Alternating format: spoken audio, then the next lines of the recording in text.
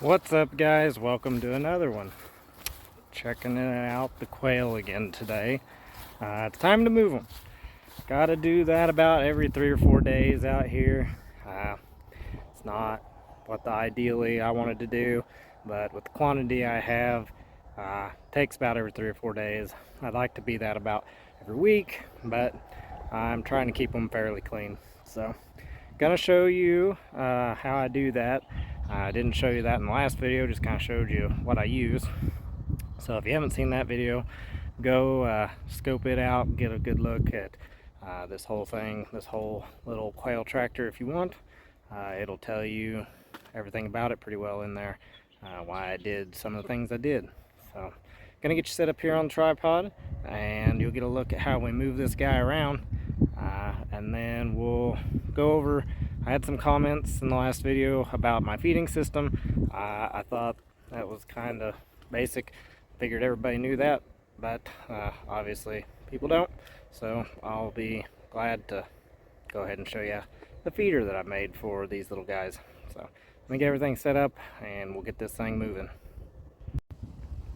Alrighty, got the old drill to get started here. I'm gonna shoot this in real time, so if you get kind of bored, if you think I'm not going fast enough, feel free to go ahead and skip ahead. I just want to do it in real time so you could see how fast this really takes. So I got the rope there sitting on the cage, and I'll just walk you through how all this goes down whenever I move these guys.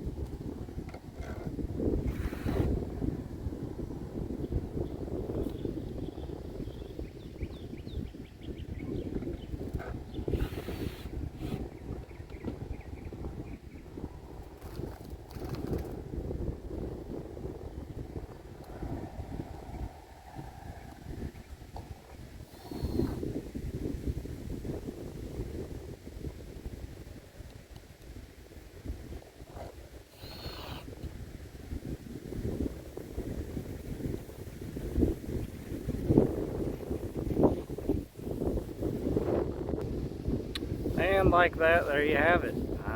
Only took about 3 minutes or so to do that. It's pretty quick, pretty simple. And I just happened to do that on a long lengthways, so we actually went 8 foot whenever we did that. If you were to move it the other way, 4 foot might condense that time down a little bit. But birds seem pretty happy. They're already right back where they had been pretty well in the corners there and hiding out in the grass there. Turn your attention, I got to clean up that water there.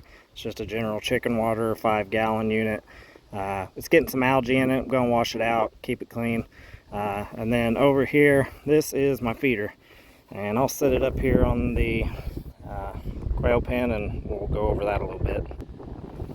Alright, this is just a homemade feeder. Pretty simple really. Get you just some kind of plastic tub container. I like these with the lip that goes over the edge and then it snaps. I don't remember exactly what size this is. You can get either the clear plastic like this one, or you can get a dark plastic. It doesn't really matter. The only real advantage to the clear plastic is you can always see how much food is in there at a time. I think it works pretty well. It's a waistless feeder, and the whole reason I really wanted this type of feeder, and I did some research and talked to some other people I know that have a lot of birds. Quail are terribly dirty. Obviously, I have to move them every 3 or 4 days, but they waste a lot of feed, and I'm not interested in wasting all my feed and costing myself more money. So these PVC fittings are 1.5 inch fittings at 45. Don't get the 90s. The 90s are too steep of an angle, and as the feed feeds down as they eat it, they're not able to reach it as well with the 90s. It should shed water pretty well, just as good as a 90. I haven't had any issues as far as moisture getting in. The only real issue I've had is right around the edge here on like this one, where I cracked it and I went back through with just like some shoe goo. Where I cracked it, the seal isn't as good as some of the rest, and the moisture didn't leak in, but it seeped in. We've had a lot of heavy rains this spring, so it's been really wet, and you just get a ring of moldy feed around here, so you got to clean that out. Something I'm probably going to do, I haven't done yet, is I'll either get a hot glue gun or a caulk gun, and I'll probably run a bead of caulk or hot glue on the inside just to keep that out. I thought the friction fit would work, and it has on all the others. I haven't seen any moisture issues there, but this dude here, where I got a little zealous, it cracked and it's letting some moisture in. I used a 2-inch just hole saw and drill, and it's a snug fit. None of those are glued in right now. They're all just friction fit in. These little pressed in numbers and lettering from the PVC kind of helps lock it in, and it's done great so far. So that's the video as far as the feeder. Nothing fancy about it. One of the guys I work with, he said that for his chickens, and I don't know the quantity that he has, he made a similar feeder, and he can put a full 50-pound bag of feed in there. So whenever they start getting low, he just puts a whole new bag in, fills it all the way up, doesn't have to think about it for a while. And that's handy. I don't want to put a full 50-pound bag in this. I don't have any need to.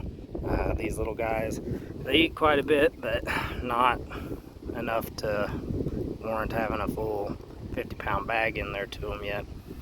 And as you can see, just in moving them that little time, they're already back to doing their thing.